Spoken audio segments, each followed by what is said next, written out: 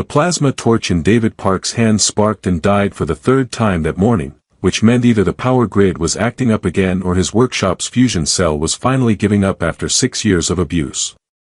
He set the tool aside and rubbed his eyes, the familiar ache of too much close work settling behind his temples like an old friend. "Sage, run a diagnostic on the primary power coupling," he called out to his AI assistant, a salvaged military unit he'd rebuilt from scrap components found in the city's upper ruins. "Already on it, boss," Sage replied in the distinctly sarcastic tone David had programmed to keep himself entertained during long repair sessions. "The good news is that your fusion cell isn't dying. The bad news is that the municipal power grid is having what I can only describe as a nervous breakdown. Again." David sighed and looked around his workshop, a converted maintenance bay in the underground levels of New Geneva where the air recyclers hummed constantly and the artificial lighting never quite managed to feel natural. The space was cluttered with half-finished projects, salvaged electronics, and the accumulated detritus of a man who fixed things for a living in a world where most people just threw broken items away. The door chime announced a visitor, though David hadn't heard footsteps in the corridor outside. He looked up to see a young Zalani girl standing uncertainly in his doorway, her large silver eyes unfocused and her distinctive blue-tinted skin marking her as one of the refugee population that had settled in New Geneva's lower levels after their homeworld's destruction. "Hello," she said softly, her voice carrying the melodic quality that all Zalani possessed. "Are you the human who fixes things that others cannot?" David set down his tools and studied her more carefully. She was perhaps 14 in human years, though aging across species was always difficult to judge. Her eyes were clouded with the telltale signs of neural blindness, and she moved with the careful precision of someone who navigated the world through memory and sound rather than sight. "I fix electronics mostly," David replied gently. "What's your name?" "Kira," she said, taking a tentative step into the workshop. "I was told you understand bioneural interfaces. That you can make technology work with living minds." David felt his curiosity spike. Bioneural technology was primarily military grade, not something most civilians knew about, let alone refugee children. "Who told you that?" "The old maintenance worker, Tomas. He said you rebuilt his artificial arm after the factory accident, made it better than the original." Kira tilted her head, listening to the various electronic hums that filled the workshop. "He said you understand how machines can think." "Sage thinks," David said, glancing at the AI's optical sensor. "Though sometimes I wonder if that was a mistake." "I heard that, boss," Sage interjected. "And I'd like to point out that my thinking is considerably more organized than yours." Kira smiled at the exchange, the first real expression David had seen from her. "Your machine has personality. That is rare among humans." "Too much personality, some would say," David replied, already finding himself drawn into conversation despite his usual wariness around strangers. "What brings you here, Kira? What needs fixing?" She gestured toward her clouded eyes. "These. I have been blind since the radiation storms during our exodus from Zalani Prime. The healers say the neural pathways are damaged beyond repair, but I have heard that human technology sometimes succeeds where biological healing fails." David felt something twist in his chest, the same feeling he got whenever someone brought him a problem that seemed impossible to solve. It was the feeling that had driven him to become an engineer in the first place, the need to fix things that were broken and help people who had nowhere else to turn. "I'm not a doctor," he said carefully. "I don't have any formal training in neural medicine. But you understand how minds interface with machines," Kira pressed. "Could you not create a device that sees for me, one that connects directly to my neural pathways?" David was already thinking through the possibilities before he consciously decided to help her. He had a collection of military-grade optical sensors salvaged from decommissioned combat units, and his experience with bioneural interfaces meant he understood the principles involved.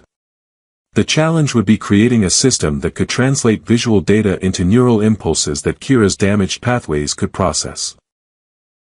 It would be experimental, he warned.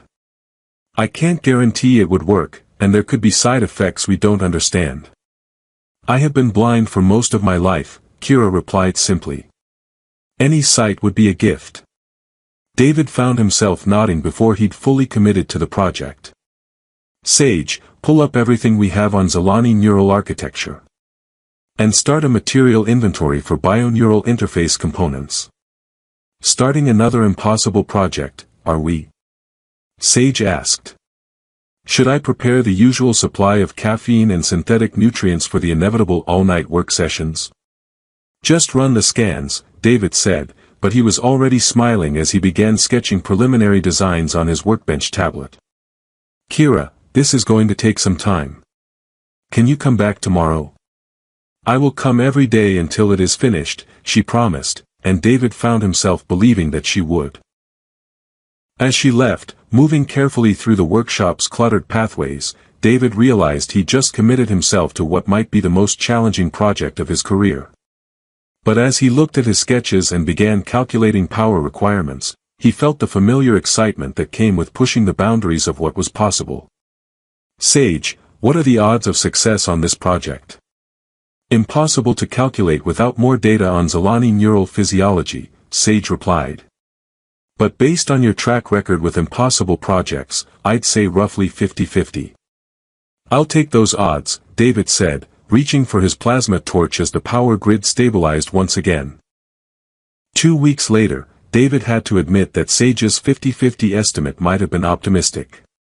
The prototype neural visor sat on his workbench like an accusation, its sleek curves and bioneural interfaces representing countless hours of work and several spectacular failures. The latest test had resulted in feedback that had temporarily paralyzed his left arm, which Sage found endlessly amusing. Perhaps, the AI suggested with mock helpfulness, you should consider that the universe is trying to tell you something about attempting medical procedures without a license. The universe can file a complaint, David muttered, adjusting the neural pathway mapping for the 15th time. Besides, this isn't medical. It's engineering. Kira had indeed returned every day, watching patiently as David worked and asking questions that demonstrated a surprisingly sophisticated understanding of technology. She'd also proven invaluable as a test subject, her willingness to undergo neural scans and calibration procedures making it possible to customize the interface specifically for Zalani physiology. The mapping looks stable this time, David said, holding up the completed visor. It was lighter than his previous attempts, crafted from memory plastic that would conform to Kira's facial structure, with optical sensors that could process across multiple light spectra. Are you ready to try it? Kira nodded, settling into the chair David had modified for the neural interface procedure. I trust you, David Park. Even if your AI does not trust your competence. Sage trusts my competence just fine, David replied, carefully positioning the visor over Kira's eyes. It's my judgment that concerns him. The neural connection process required absolute precision, tiny filaments extending from the visor to make contact with specific nerve clusters. David monitored the bio-readings on his secondary screen, watching for any signs of rejection or adverse reaction. The power levels were holding steady, the neural pathways were accepting the artificial input, and the optical sensors were functioning within normal parameters. Initializing visual feed, David announced, his finger hovering over the activation control. This might feel strange at first. He pressed the button, and Kira gasped, her hands flying to the sides of the visor as data flooded her visual cortex for the first time in years. David watched her bio-readings spike, then gradually stabilize as her brain learned to process the artificial sight. I can see, she whispered, tears streaming down her blue-tinted cheeks. David, I can see colors. Your workshop is full of light and color and, oh, your face. You look exactly as I imagined you would. David felt something warm and tight in his chest as he watched her explore her restored vision, her silver eyes wide with wonder as she examined objects she'd only known through touch and sound. The success of the project filled him with the kind of satisfaction that made all the sleepless nights worthwhile. The visual range extends beyond human normal, he explained, pulling up the technical specifications. You should be able to see into infrared and ultraviolet spectra, which might be overwhelming at first. It is beautiful, Kira said softly, looking around the workshop with the amazement of someone seeing the world for the first time. Everything is so much more complex than I realized. Over the following days, Kira spent hours in the workshop, learning to adjust the visor settings and marveling at visual experiences she'd never imagined. David found himself enjoying her company more than he'd expected, her questions about human technology matched by stories of Zolani culture that fascinated his engineer's mind. On my homeworld, she told him one afternoon while he calibrated her visor's spectral filters, we built cities from living crystal that grew in response to our thoughts. The whole civilization was bioneural, machines and minds working together in harmony. That sounds incredible, David replied, though something nagged at him about the way she spoke of her past, as if she were remembering things she shouldn't know. How old were you when you left Solani Prime? Very young, Kira said quickly, her attention suddenly focused on a component that sparkled in the infrared spectrum. I remember very little. David noticed the deflection but didn't press the issue. Everyone in the underground had secrets, and Kira's past was her own business. Still, he couldn't shake the feeling that there was more to her story than she was telling him. His paranoia seemed justified when Sage began detecting unusual activity around the workshop. Surveillance drones lingered longer than normal in the corridors outside, strangers asked pointed questions about his recent projects, and the electromagnetic spectrum showed signatures that suggested military-grade scanning equipment. Someone is very interested in your work, Sage observed during one of their evening sessions. I've detected at least 5 different monitoring systems in the past week, all using technology that's considerably more advanced than standard civilian surveillance. Refugee community gossip. David suggested, though he was already implementing additional security protocols. Word travels fast down here. This isn't gossip, boss. These are professional-grade intelligence-gathering operations. Someone with serious resources wants to know what you've been up to. David's concern deepened when Kira began experiencing strange episodes with her enhanced vision. She would stop suddenly, staring at empty air, then describe seeing things that shouldn't be there, glimpses of starships in orbit around Earth, armed figures moving through what she called folded space, and symbols that made her head ache when she tried to focus on them. The visor is functioning within normal parameters, David assured her after running a full diagnostic. These might be side effects of your neural pathways adapting to artificial sight. But privately, he wondered if he'd created something more significant than a simple prosthetic device. The episodes were too specific, too detailed to be random neural misfiring. And when Kira described seeing royal insignia that she claimed to recognize but couldn't remember learning about, David began to suspect that his innocent invention had awakened something that was meant to stay hidden. Sage, he said quietly one evening after Kira had left for the day, run a deep background scan on Zolani refugee settlement patterns. Cross-reference with any classified information about the species' political structure before their exile. That's going to require accessing some databases I'm not supposed to know about, Sage replied. Are you sure you want me to do that? David looked at the neural visor sitting on his workbench, its bioneural interfaces still warm from Kira's use. Do it. I need to know what we're really dealing with here. As Sage began its covert search, David couldn't shake the feeling that he'd stumbled into something much larger and more dangerous than a simple engineering project. The gift of sight he'd given to a refugee girl was starting to look like it might have consequences he'd never imagined. The workshop security alarm screamed at 4 a.m, jolting David from the light sleep he'd managed while hunched over his workbench. Sage's emergency protocols bathed the space in red light as breach detection systems registered multiple unauthorized entries through what should have been impenetrable barriers. Boss, we have a serious problem, Sage announced with uncharacteristic tension. 4 individuals in advanced combat armor just walked through our security like it was decorative. Their equipment signatures don't match anything in my databases. David was already moving, grabbing the plasma cutter from his emergency kit and activating the workshop's lockdown systems. The heavy blast doors began to seal, but they moved with agonizing slowness compared to whatever was coming for him. The first figure emerged from the shadows like liquid mercury given form, armor that seemed to shift and flow while maintaining perfect structural integrity. The Zalani warrior stood nearly 2 meters tall, weapons integrated into the armor itself, and moved with a predatory grace that made David's engineer instincts scream warnings about advanced biomechanics. 3 more figures followed, surrounding David's position with tactical precision that spoke of military training far beyond anything he'd encountered in the underground districts. Their leader stepped forward, removing a helmet that revealed features similar to Kira's but older, harder, marked by what could only be years of combat experience.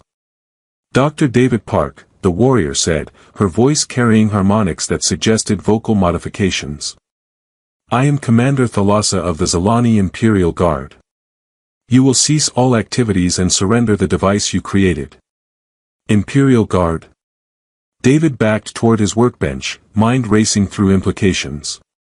I thought the Zalani were refugees. Exiles from a destroyed world. Some of us are, Thalassa replied, her weapon systems powering up with a sound like singing crystal. Others maintained our duty regardless of political circumstances. You have interfered with a security operation that has lasted for over a decade. David's workshop door opened, and Kira stepped inside with movements that suddenly looked nothing like the hesitant steps of a blind refugee girl. She moved with fluid confidence, her restored sight revealing tactical awareness that belonged on a battlefield, not in a repair shop. Kira. David said, confusion mixing with growing dread. What's going on?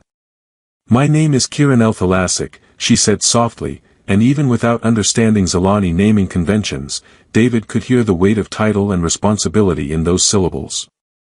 Last daughter of the Ocean Throne, heir to the Zalani Oceanic Empire, and the reason my people have been hunted across 3 star systems. The pieces clicked together with terrible clarity. You're not a refugee. You're a princess, Commander Thalassa finished. The most wanted fugitive in this sector of the galaxy. Her blindness wasn't genetic damage, Dr. Park. It was a carefully constructed neural block designed to hide her from quantum scanning networks that have been searching for her since the fall of Zalani Prime. David felt the blood drain from his face as he understood what he'd done. By restoring her sight, I removed her protection. You painted a target on her that can be seen from orbit, Thalassa confirmed. The hegemony forces that destroyed our homeworld have been tracking bioneural signatures that match the royal bloodline. Your device made her visible to every scanner array in the system. Sage's proximity alarms began screaming again, this time detecting energy signatures that made the workshop's walls vibrate. Through the external cameras, David could see attack ships dropping out of stealth orbit, their targeting systems already locked onto New Geneva's underground districts. They've found us, Thalassa said grimly, her armor's defensive systems activating. Dr. Park, you have 30 seconds to decide whether you're coming with us or staying here to be vaporized by hegemony orbital bombardment. David looked at Kira, seeing her clearly for the first time not as the refugee girl he'd helped, but as royalty whose very existence threatened an empire that had supposedly brought peace to the galaxy through conquest. The neural visor he'd created wasn't just a medical device, it was a beacon that had just announced the survival of a bloodline that others would kill to eliminate. Sage, emergency protocols, David called out, grabbing his portable fabrication unit and the backup copies of his research. Transfer all data to secured storage and initiate workshop lockdown. Already on it, boss, Sage replied. And might I suggest that running away with heavily armed aliens is probably safer than staying here to debate the ethics of accidental political interference. The first orbital strike hit 3 blocks away, the shockwave knocking David to his knees as his workshop's reinforced structure groaned under the impact. Commander Thalassa was already moving, her warriors forming a protective formation around Kira while their armor's shield generators began to glow. The maintenance tunnels, David shouted over the sound of falling debris. I know routes that don't show up on any official maps. Lead the way, Thalassa ordered, and David found himself running through passages he'd explored as a child, now fleeing pursuers who could track them across star systems. As they moved through the underground maze, David caught glimpses of the warriors' equipment in action. Their armor adapted to environmental conditions in real time, weapons that seemed to think for themselves engaged targets David couldn't even see, and their coordination suggested a level of military integration that bordered on telepathic. "How many of you are there?" David asked as they paused at a junction, Sage's sensors detecting pursuit teams converging on their position. "Enough," Thalassa replied cryptically. "The guard never truly disbanded after the fall. We simply became very good at remaining hidden while protecting what remained of our people." Kira was keeping pace easily, her enhanced vision allowing her to navigate the tunnels with confidence that amazed David. But more than that, she was beginning to remember things, her posture straightening as dormant training reasserted itself. "The fabrication unit," she said suddenly. "Can it create bioneural interfaces?" "In theory," David replied, not understanding her urgency. "Why?" "Because I'm starting to remember who I really am," Kira said, her silver eyes now carrying an intensity that made David's enhanced visor seem primitive by comparison. "And if I'm going to reclaim my birthright, I'm going to need weapons that can match what destroyed my world."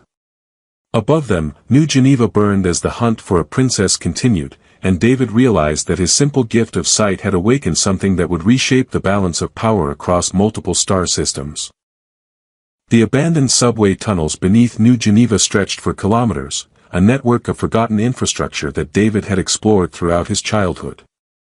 Now, 3 weeks after their escape from his workshop, these tunnels had become a mobile base of operations where human engineering met Zolani biotechnology in ways that neither species had imagined possible.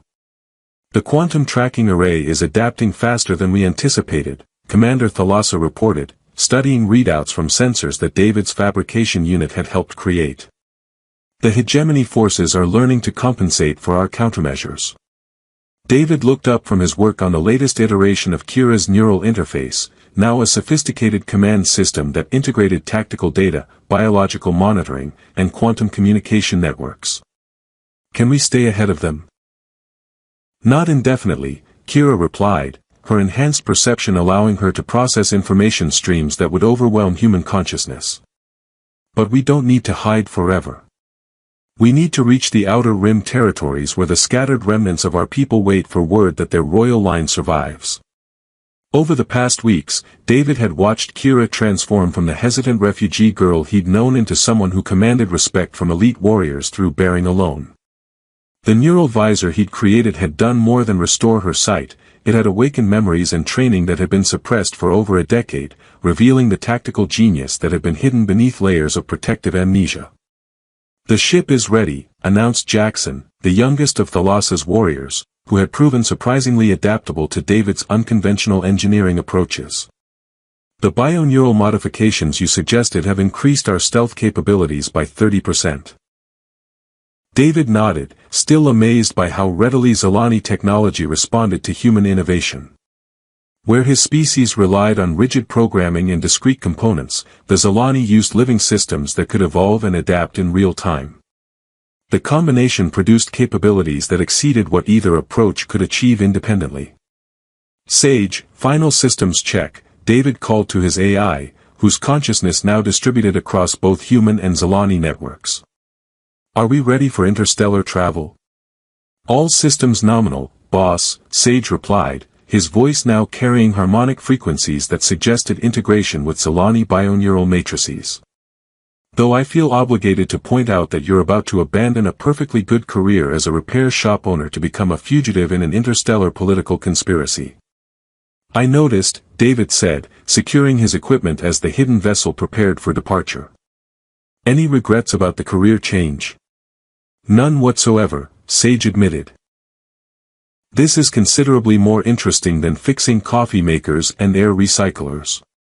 The Zolani ship rose through New Geneva's shattered skyline, its bioneural hull adapting to environmental conditions while stealth systems kept them invisible to hegemony scanning networks. As Earth fell away beneath them, David found himself studying star charts that showed the scattered refugee communities throughout the outer rim, each one representing Zolani survivors who had believed their royal family extinct. "The genetic modifications we discussed," Kira said quietly, joining David at the observation port. "Are you certain about accepting them?" David looked at his hands, soon to be enhanced with bioneural interfaces that would allow him to work directly with Solani technology. The modifications would change him on a fundamental level, but they would also give him the ability to help rebuild a civilization that valued innovation and adaptation over conquest. "I've spent my whole life fixing things that were broken," he replied. "Now I have the chance to help fix something that was shattered across multiple star systems. How could I pass that up?" Kira smiled, the expression now carrying confidence that reminded David why the hegemony feared her bloodline. "Your engineering principles will help us build something better than what came before. Not just a restoration of the old empire, but an evolution of it." As they entered hyperspace, David reflected on the journey that had brought him from a cluttered workshop to the bridge of a living starship.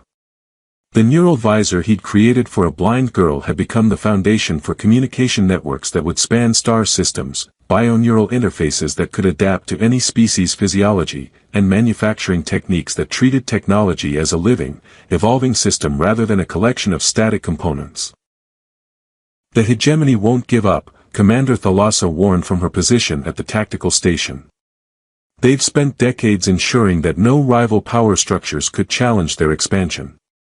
News of Kira's survival will force them to respond decisively." "Let them come," Kira replied, her voice carrying harmonics that resonated through the ship's bioneural networks. "They destroyed our homeworld because they feared what we represented, a civilization that valued growth over dominance, adaptation over control. We'll show them that those values can't be eliminated by orbital bombardment." David found himself grinning as he began planning modifications to the ship's fabrication systems. "Sage, start modeling production requirements for fleet-scale bioneural manufacturing. If we're going to rebuild an empire, we're going to need a lot more ships." "Already on it, boss," Sage replied with obvious enthusiasm. "Though I should mention that your definition of simple engineering projects has become somewhat elastic." The stars stretched into lines as they jumped to hyperspace, carrying them toward a cluster of refugee settlements that would soon learn their princess had returned.